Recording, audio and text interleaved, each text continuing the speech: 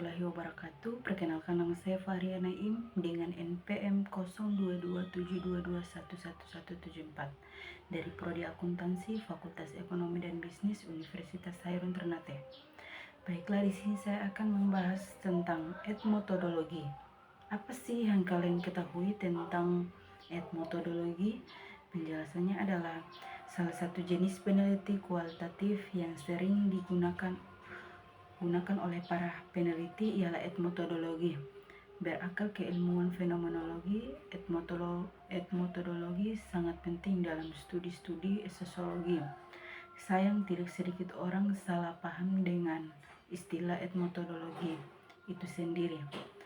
Ada yang beranggapan etmetodologi sebagai metode mengumpulkan data karena ada istilah metodologi di dalamnya. Ada juga yang mengartikan etmetodologi sebagai sebuah pendekatan untuk meneliti kelompok masyarakat atau etnik. Etmetodologi menunjuk pada materi pokok yang diteliti.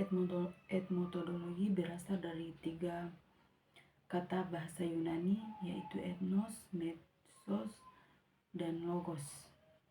Ethnos artinya orang, mesos artinya metode, dan logos berarti ilmu. Secara harfiah, etmetodologi diartikan sebagai studi atau ilmu tentang metode yang digunakan untuk meneliti bagaimana individu-individu menciptakan dan memahami kehidupan mereka sehari-hari, seperti cara mereka menyelesaikan pekerjaan di dalam kehidupan sehari-hari.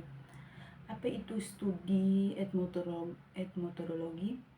Jika etnografi fokus pada budaya kelompok masyarakat atau anggota masyarakat, dan fenomenologi pada makna suatu tindakan atau peristiwa, maka etmetodologi lebih pada dunia konstruksi individu di dalam memahami sesuatu sesuai akal sehat atau common sense yang berlaku dan makna yang diterima secara bersama-sama, dibanding studi-studi lainnya dalam penelitian kualitatif.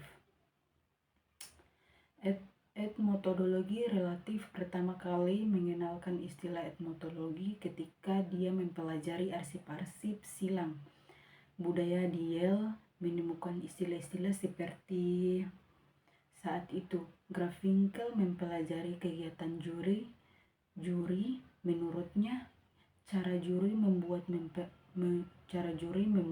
mempertimbangkan keputusannya membentuk etmetodologi, di mana etno menunjuk pada keberadaan seseorang, memahami pengetahuan akal sehat masyarakat.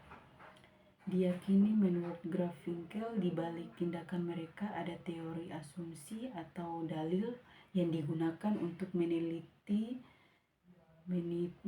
menafsirkan dan memaknai sesuatu. Cara pandang atau etmetodologi Garfinkel tidak lepas dari tokoh-tokoh seperti Talcott,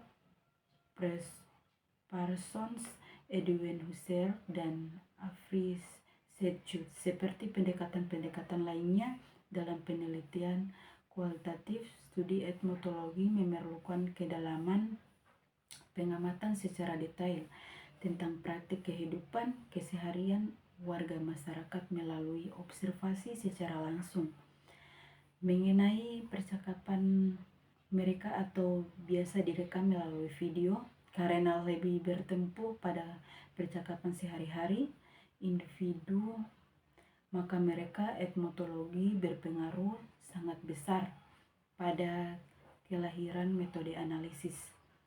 Percakapan asumsinya adalah percakapan atau cerita merupakan cara orang mengkonstruksi realitas menggunakan bahasa sebagai bahan utama.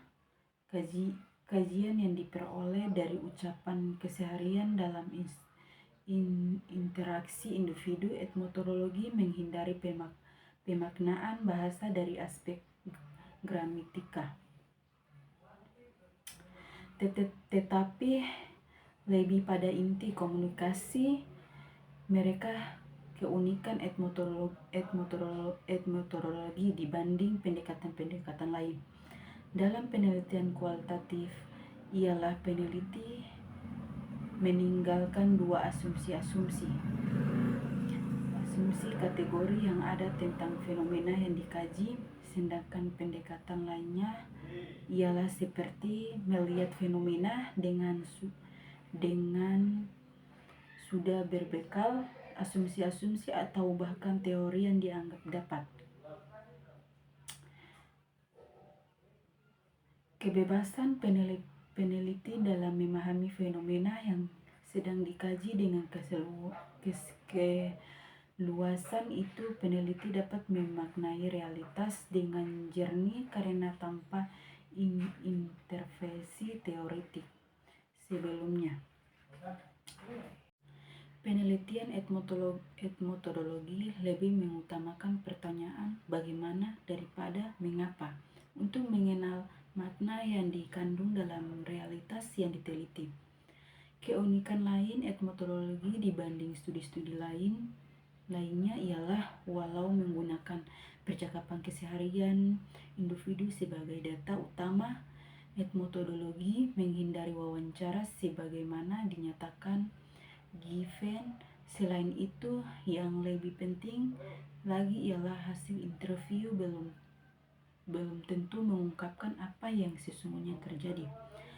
Perlu dipahami bahwa apa yang dikatakan seseorang belum tentu sama dengan apa yang dimulai.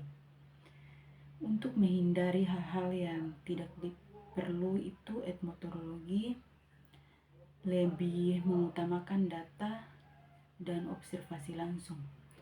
Kegiatan individu-individu yang diteliti sebagai sebuah varian dalam penelitian kualitatif, etnometodologi tertentu memiliki kelemahan, misalnya tidak tepat untuk digunakan.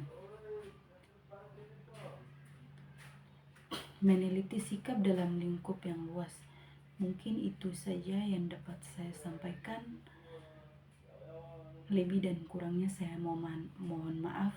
Wabillahi taufiq wal hidayah. Wassalamualaikum warahmatullahi wabarakatuh. Yeah, Bobby Valentino.